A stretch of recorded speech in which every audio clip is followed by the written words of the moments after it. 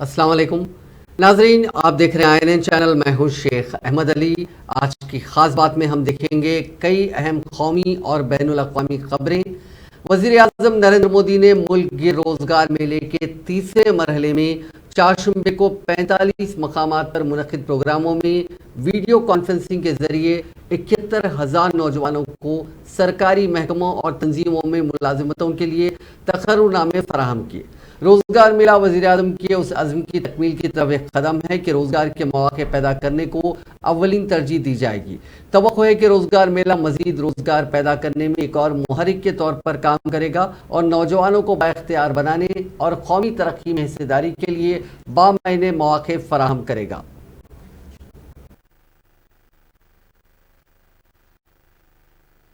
ये साल 2023 का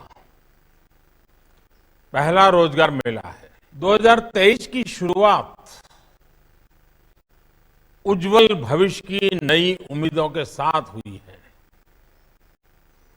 ये उन 71,000 परिवारों के लिए खुशियों की नई सौगात लेकर आया है जिनके सदस्य को सरकारी सेवा करने का अवसर मिला है। मैं सभी युवाओं और उनके परिवारों को बहुत बहुत बधाई देता हूं। आज का ये आयोजन सिर्फ सफल उम्मीदवारों में ही नहीं बल्कि करोड़ों परिवारों में आशा की नई किरण का संचार करेगा। आने वाले दिनों में लाखों और परिवारों को सरकारी नौकरी में नियुक्ति मिलने वाली है। केंद्र सरकार के साथ ही NDA और भाजपा शासित राज्यों में भी लगातार सुप्रीम कोर्ट ने जुमे के रोज एक अहम कदम उठाते हुए कहा कि मुसलमानों में कसरत अज़वाज और निकाह हलाल रस्म को आईनी चैलेंज पेश करने वाली अर्जियों पर 5 जजों की बेंच समाअत करेगी। इस मामले पर PIL दाखिल करने वालों में से एक वकील अश्विनी उपाध्याय की तरफ से दाखिल जवाब पर चीफ जस्टिस DY चंद्रचूड़ और जस्टिस PS नरसिम्हा ने कहा कि इस सिलसिले में 5 जजों की एक नई बेंच तश्कील दी जाएगी। दरअसल पुरानी आईनी बेंच को 2 जजेस जस्टिस इंदिरा बनर्जी और जस्टिस हेमंत गुप्ता सुबुकदोश हो चुके हैं, इसीलिए बेंच की असर तश्कील का फैसला किया गया। वाज़ेह है कि गुज़िश्ता साल अश्विनी उपाध्याय की तरफ से सुप्रीम कोर्ट में कसरत अज़वाज और निकाह हलाल के खिलाफ अर्जी दाखिल की गई थी। इस पर समाअत करते हुए चीफ जस्टिस ऑफ इंडिया ने कहा कि 5 जजों की बेंच के पास मजीद कई अहम मामले ज़ेर इल्तिवा हैं। हम मजीद एक आईनी बेंच की तश्कील कर रहे हैं और इस मामले को ध्यान में रखेंगे। गुज़िश्ता साल 30 अगस्त को जब मज़कूरा अर्जी पर समाअत हुई तो 5 जजों की बेंच में जस्टिस इंदिरा बनर्जी, हेमंत गुप्ता, सूर्यकांत, MM सुंदरेश और सुधांशु धुलिया शामिल थे। इस बेंच ने कौमी हुकूक इंसानी कमीशन, कौमी खातून कमीशन और कौमी अक़लियती कमीशन को नोटिस जारी कर मामले पर अपना जवाब दाखिल करने को कहा था। कुछ वक्त बाद यानी 23 सितंबर और 16 अक्टूबर को जस्टिस बनर्जी और जस्टिस गुप्ता रिटायर हो गए थे। इस वजह से कसरत अज़वाज और निकाह हलाल के खिलाफ दाखिल 8 अर्जियों की समाअत के लिए नई बेंच तश्कील देने की जरूरत पड़ गई थी। बीजेपी लीडर और मशहूर वकील अश्विनी उपाध्याय समेत कुछ मुस्लिम खवातीन ने मुस्लिम मर्दों की एक से ज्यादा शादी करने और निकाह हलाला के खिलाफ अदालत में अर्जी दाखिल की हुई है। अर्जी दहंदगान में नाइसा हसन, शबनम फरजाना, समीना बेगम वगैरह शामिल है। उन सभी ने कसरत अज़वाज और निकाह हलाल को गैर आईनी और नाजायज करार देने का मुतालबा किया है।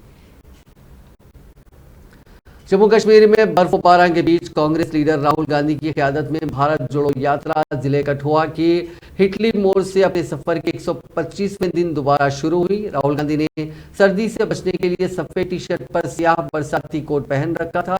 बाद में इस कोट को उन्होंने उतार दिया और खराब मौसमी हालात के बायस यात्रा देर से शुरू हुई।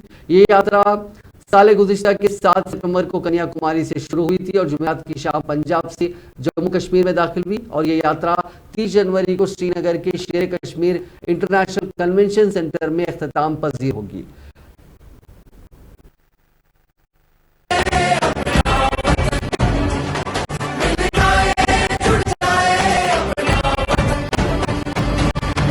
चली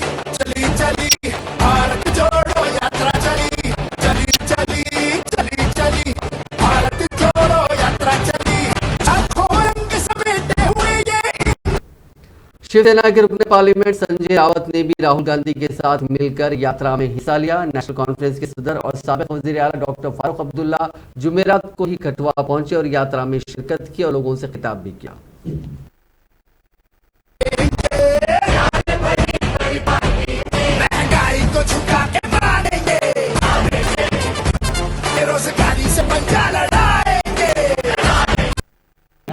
हम चाहेंगे कि इस मुद्दे पर पार्लियामेंट में चर्चा हो। जो सरकार सत्ता पे आई है मोदी जी की या बीजेपी की, 2014 में तो सबसे बड़ा मुद्दा कश्मीर का ही रहा। इनके लोगों ने वोट दिए। हम ये नहीं कहेंगे अभी इस वक्त जो बात उस वक्त की थी कि हम पीओ के लेके आएंगे, वो बाद में देखो। पहले ये जो यहाँ लोग बैठे हैं कश्मीरी पंडित, उनकी जान बचाइए। और उनकी छोटी सी मांग है कि जम्मू में यहाँ उनको यहाँ ही अटैच कर दीजिए, उनकी नौकरी उनकी पगार चालू कर दीजिए, उनके बाल बच्चे को सुरक्षित रखिए। ये छोटी सी मांग कश्मीरी पंडितों की आप पूरी नहीं कर पाते तो पीओ की बात क्यों कर रहे हो? आपने अपने भाषण में ये कहा, बीजेपी ने जो इलेक्शन लड़े हैं वो कश्मीरी पंडितों के नाम पे लड़े। 2014 में 2014 के जो पहला चुनाव रहा वो सबसे बड़ा मुद्दा रहा। एक तो पहला कश्मीरी पंडितों का रहा और राम मंदिर का रहा। मैं मानता हूँ कश्मीरी पंडितों का खून जितना इस देश में बहा है, आज भी हमारे सामने वो आक्रोश और आकांक्षा हम भूल नहीं सकते। लेकिन सरकार कैसे भूल देगी? सरकार ने यहाँ आकर प्रधानमंत्री हो, गृह मंत्री हो, एडी साहब हो, यहाँ आकर उनकी बात तो सुनिए, उनका आक्रोश सुनिए, मानवता के नाते सुनिए। आप फिर भारत जोड़ो यात्रा का 126वां दिन है। 7 सितंबर को कन्याकुमारी से शुरू हुई थी। तमिलनाडु, केरला, कर्नाटका, आंध्रा, तेलंगाना, महाराष्ट्र, मध्य प्रदेश, राजस्थान, दिल्ली, उत्तर प्रदेश, हरियाणा, पंजाब, हिमाचल प्रदेश और अब हम जम्मू और कश्मीर पहुंचे। अगले 10 दिन के लिए हम जम्मू और कश्मीर में रहेंगे। आज कठुआ में पहला दिन रहा है। सुबह लगातार 7:45 से करीब 20-21 किलोमीटर हम लोग चले हैं राहुल जी के नेतृत्व में। आज दोपहर को भारत जोड़ो यात्रा नहीं होगा। कल विश्राम का दिन है और 22 तारीख को फिर से हम चलना शुरू करेंगे। उसके बाद 26 को विश्राम का दिन है क्योंकि रिपब्लिक डे है और 30 तारीख को अंतिम समारोह होगा श्रीनगर में। 24 तारीख को 1 बजे राहुल जी यहाँ के प्रेस को संबोधित करेंगे। जम्मू के प्रेस को, कश्मीर के प्रेस को अलग से श्रीनगर में एक प्रेस कॉन्फ्रेंस होगा और जम्मू की मीडिया के लिए 24 तारीख के लिए उसका लोकेशन आपको मिल जाएगा 1-2 दिन में। तो 24 तारीख को 1 बजे राहुल जी आपसे।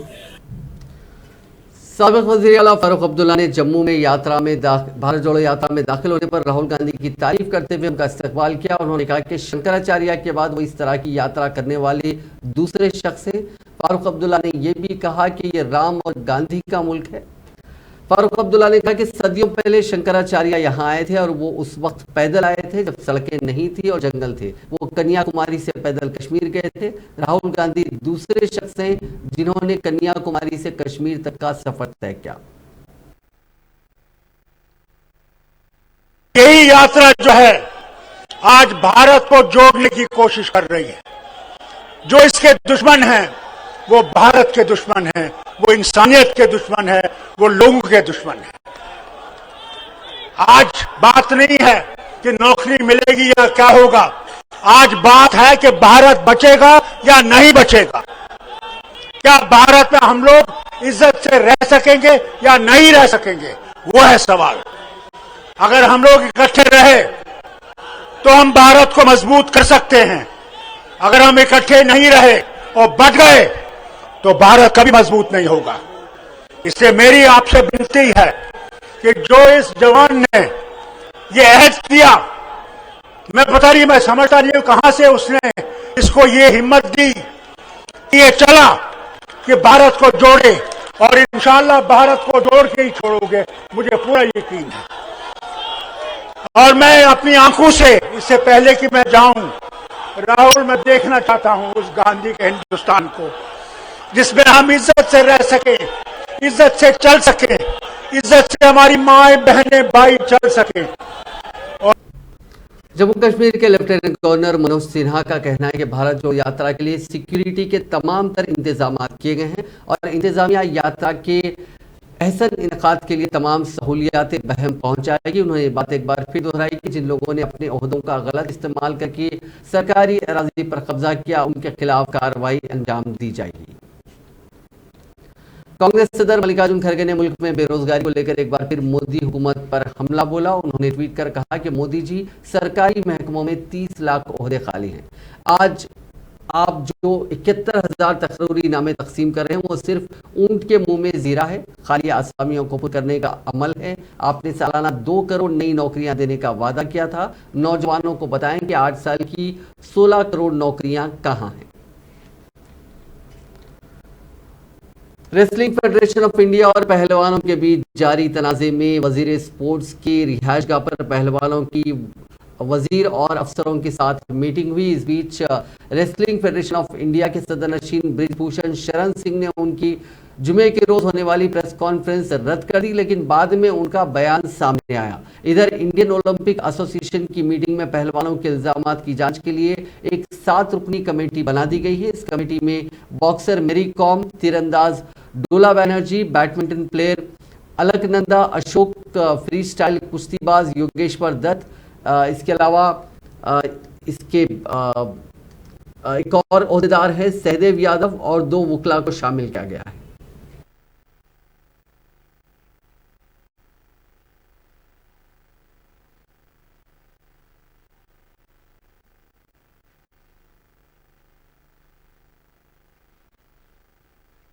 चंचल जी, आप मुंह में शब्द डाल करके जो है न्यूज निकलवाना चाहते हैं। मैं आपसे हाथ जोड़ता हूं कि मैं 5 बजे के पहले नहीं बोलूंगा। मुझे व्यवस्था देखने दीजिए और तब तक जो है आप जो खिलाड़ी बाहर के आए हुए हैं, हरियाणा के उसमें सबसे ज्यादा हैं और राज्यों के खिलाड़ी हैं, उनसे अनुभव शेयर करिए कि सांसद जी कैसे हैं।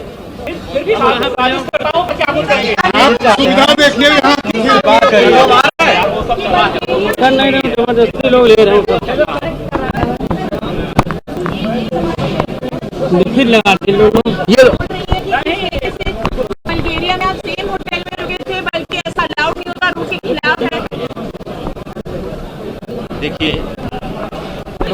रुकने की व्यवस्था हम नहीं करते, रुकने की व्यवस्था आयोजक करता है और एक एक देश की टीम को एक एक जगह रुकाता है।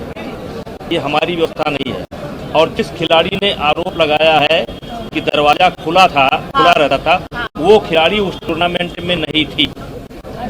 और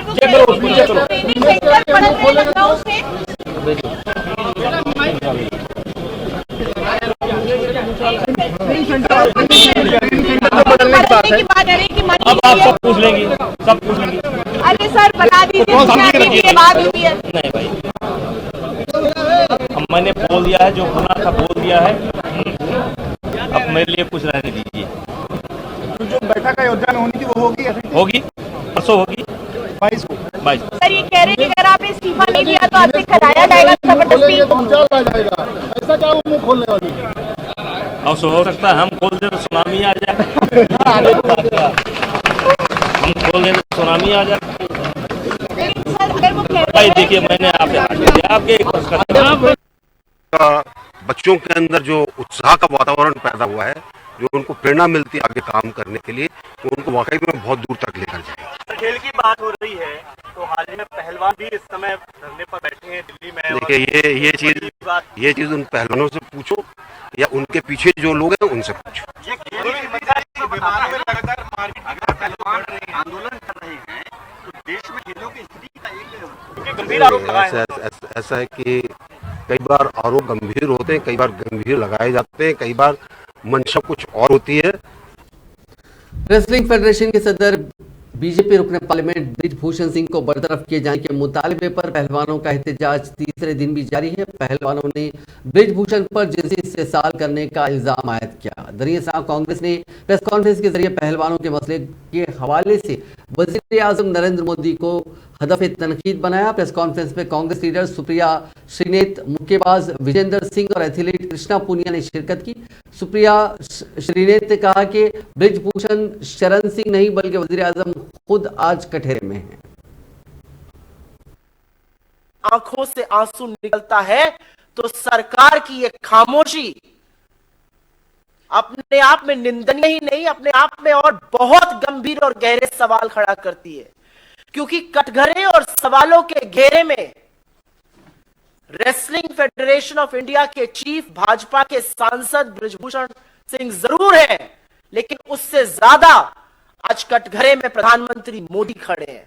और ये मैं बिना रीजन के नहीं बोल रही हूं, ये एक पैटर्न है।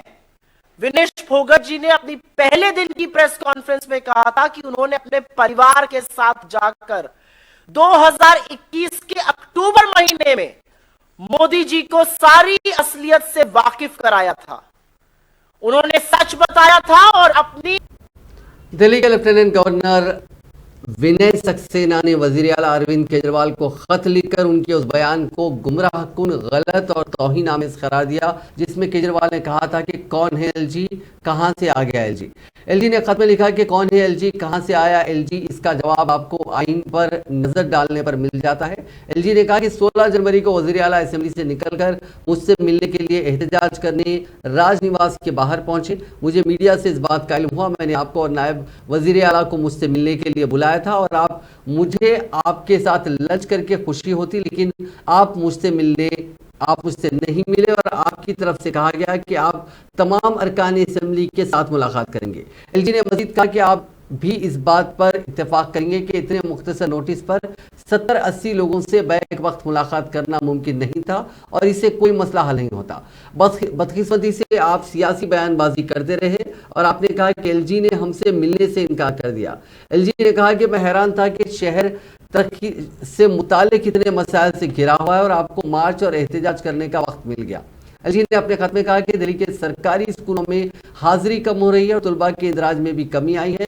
मैंने आपको मीटिंग में यह भी बताया था कि दिल्ली में गुज़िश्ता 8 सालों में एक भी नया स्कूल नहीं बनाया गया, जबकि डीडीए ने महकमे तालीमात को 13 प्लॉट अलॉट किए हैं। जयपुर लिटरेचर फेस्टिवल में पहुंचे कांग्रेस कायद सचिन पायलट ने आज मीडिया से बात की। उन्होंने साबिक वजीर आला वसुंधरा राजे सिंधिया के बहाने वजीर आला अशोक गहलोत पर एक बार फिर निशाना साधा। उन्होंने कहा कि पिछली हुकूमत में हुए घोटालों की जांच कराई जानी चाहिए। ललित मोदी समेत उनसे जुड़े जो भी लोग करप्शन में मुलविस थे उनके खिलाफ कार्रवाई होनी चाहिए। हमारे सिस्टम में वो कायम रहे, ये बहुत जरूरी है। आपने इतने आरोप सरकार ने सरकार पे लगाए गए कांग्रेस के लोग, अब कोई कार्रवाई हुई, कारण क्या रखता है? आपने कल के बाद कारण क्या रखता है? भाजपा जो सरकार ने हमारी बात पर उसने विश्वास किया, हमने बड़े आरोप लगाए तथ्यों के साथ, हम दिल्ली तक गए थे। खान घोटाला, कालीन घोटाला, 9DB का, ललित मोदी के साथ बड़े स्कैंडल सामने आए, हमने इसको एक्सपोज किया, तो मैं उम्मीद करता था कि पिछले सालों में कुछ ठोस कार्रवाई करें। और मैं कहता हूँ शोध की भावना नहीं है, कोई रिवेंजफुल एक्टिविटी। मध्य प्रदेश में चुनावी बिसात बिछ चुकी है। बीजेपी और कांग्रेस के बड़े कायदी एक दूसरे पर हमलावर हैं। इसी बीच टीकमगढ़ पहुंचे साबिक वजीर आला कमलनाथ ने मरकजी वजीर ज्योतिरादित्य सिंधिया पर तंज कसा। उन्होंने कहा कि हमें किसी सिंधिया की जरूरत नहीं है, अगर वो इतनी बड़ी तोप थे तो इलेक्शन क्यों हार गए। अपने 18 साल का हिसाब दे, मैं अपने 15 महीने का हिसाब दूंगा। कमलनाथ एक जो अभी सुनने में आया कि कांग्रेस पार्टी के पास नीट की स्टडी है, आप लोग साथ में क्यों नहीं करें? इलेक्शन भी आ रहा है, उसका लाभ मैंने कहा था, मैं जब मुख्यमंत्री था ये मुझे पुलिस वालों ने दिखाई थी। हाँ, तो बुलाए, पुलिस से पूछे, पुलिस के पास अभी भी होगी। आपको पुलिस से कौन कौन थे? मैंने तो एक दो मिनट देखी, मैंने कहा इसको छोड़ो, इसमें मध्य प्रदेश की बदनामी होती है। तो आप पहले तो ये चेक करिए कि ये सही है गलत है, कि आज के दिन कोई भी किसी के चेहरे से सीडी बना सकता है। ये आज की टेक्नोलॉजी में कोई भी कुछ बना सकता है, आप इस पर इंक्वायरी करिए। और मैं नहीं चाहता कि ये भाग जाए, क्योंकि मैं नहीं चाहता मध्य प्रदेश बदनाम हो।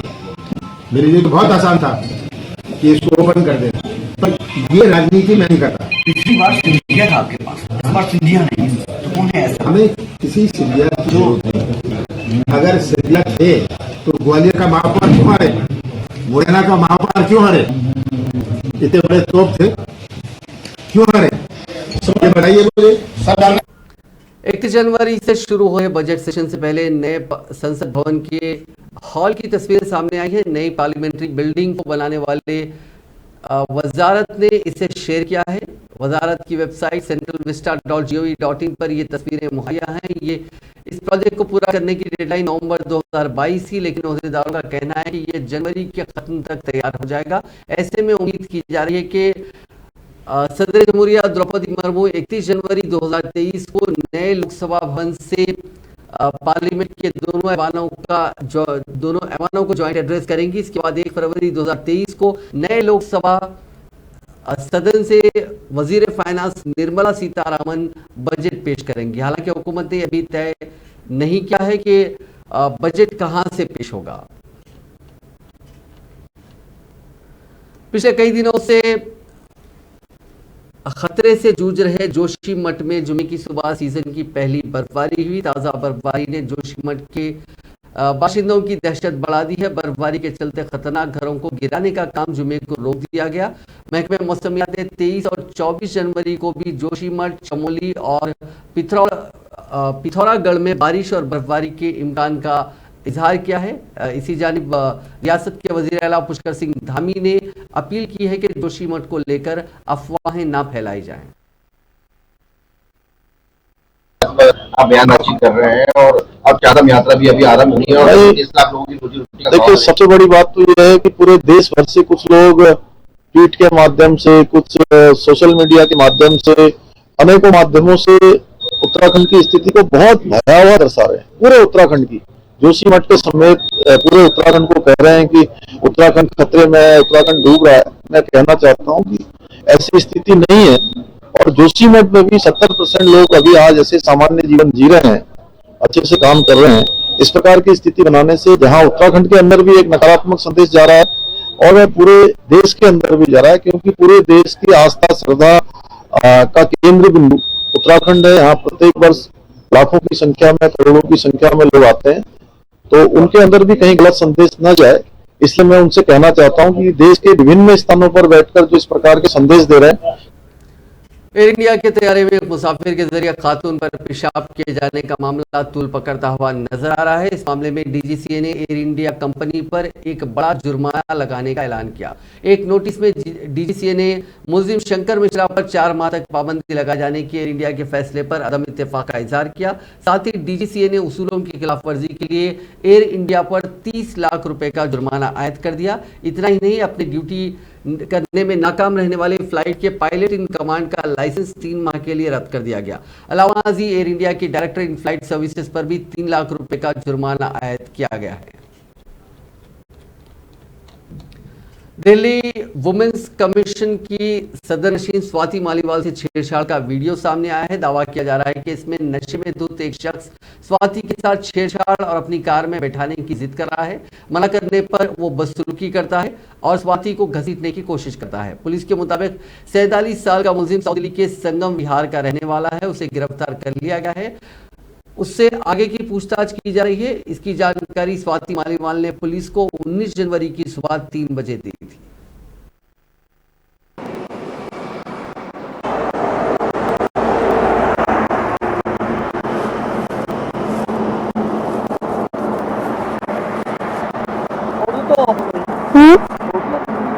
अरे आप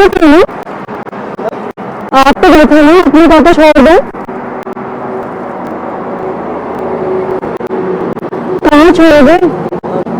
अभी तो बात होती है, आपको बताया था ना, मेरे आ रहे हैं।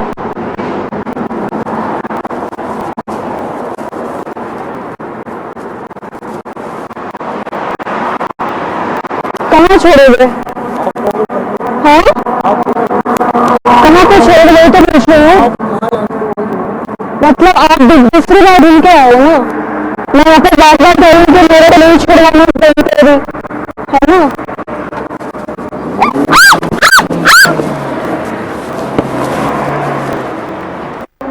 सॉरी। बेंगलुरु में एक खातून ने कार के बोनट पर एक नौजवान को लटकाकर कार को करीब 1 किलोमीटर तक दौड़ाया। इस वाक़े का वीडियो सोशल मीडिया पर वायरल हो रहा है। खातून को गिरफ्तार कर लिया गया, उसके खिलाफ जानलेवा हमले का मामला दर्ज किया गया। ये वाक़या ज्ञान भारती नगर इलाके का है, लेकिन कब का है ये वाज़ेह नहीं है। वीडियो में नजर आ रहा है कि टाटा नेक्सन और मारुति स्विफ्ट कार एक दूसरे से टकरा गई। टाटा नेक्सन को प्रियंका नाम की खातून चला रही थी, स्विफ्ट कार को दर्शन चला रहा था। कार की टक्कर के बाद दोनों में कहासुनी हुई। खातून ने नौजवान को बीच वाली उंगली दिखाते हुए गंदा इशारा किया। इसके बाद वो भागने लगी, तभी दर्शन उसे रोकने के लिए आगे आ गया, लेकिन खातून ने कार से उसे टक्कर मार दी। अपनी जान बचाने के लिए दर्शन कार के बोनट पर चढ़ गया। इस मुलजिम खातून इस दौरान रुकी नहीं, बल्कि कार को और रफ्तार में चलाने लगी। वीडियो में देखा जा सकता है कि आसपास के लोग खातून को रोकने की कोशिश कर रहे थे, लेकिन वो रुक नहीं रही थी। करीब 1 किलोमीटर बाद वो रुकी। इस दौरान मुतासरा नौजवान के दोस्तों ने उस खातून की कार में जमकर तोड़फोड़ की।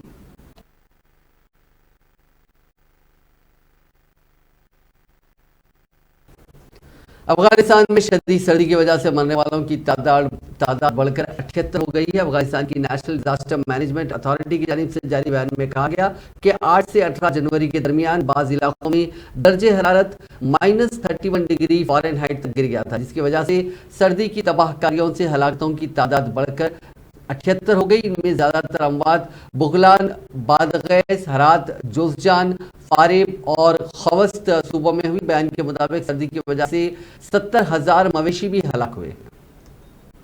पेरू में जारी मुजाहरों के दरमियान किस्को और अकीपिया शहरों के हवाई अड्डों को बंद कर दिया गया। ट्रांसपोर्ट और मौसलात की वजारत ने जुमेरात को इत्तला दी थी।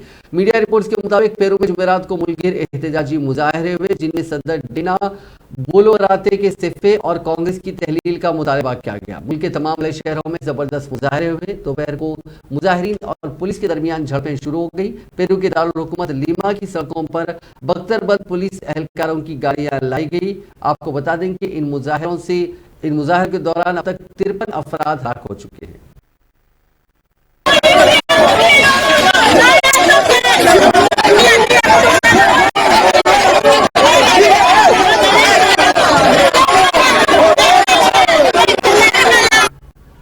अमेरिका के पेंसिल्वेनिया में 2 वाइट पुलिस वालों ने एक ब्लैक खातून के साथ मारपीट की।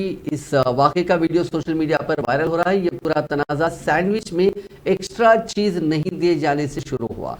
ये वाक़या 16 जनवरी को पेंसिल्वेनिया के बटलर काउंटी में पेश आया। वीडियो अब वायरल हो रहा है। वीडियो में दिखाया जा सकता है कि पहले तो पुलिस एहलकार खातून को खींचते हैं, खातून इसकी मुखालिफत करती है और उन पर चिल्लाती है। इसके बाद एक पुलिस एहलकार खातून को पकड़ता है और दूसरा गुस्से में आकर उसके चेहरे पर कई घूंसे मारता है। इस मामले की जांच की जा रही है।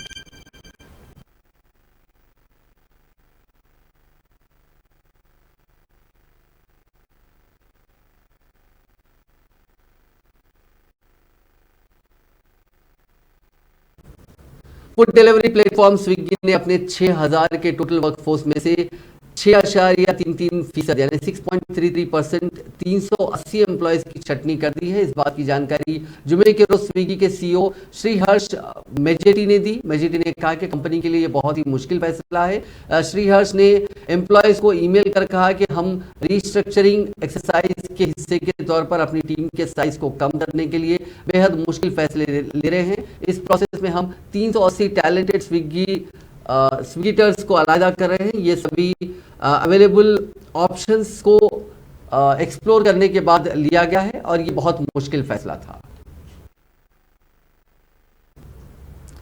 नाज़रीन, आज की खास बात में बस इतना ही। आपसे कल मुलाकात होगी नई खबरों के साथ। आप देखते रहिए INN चैनल।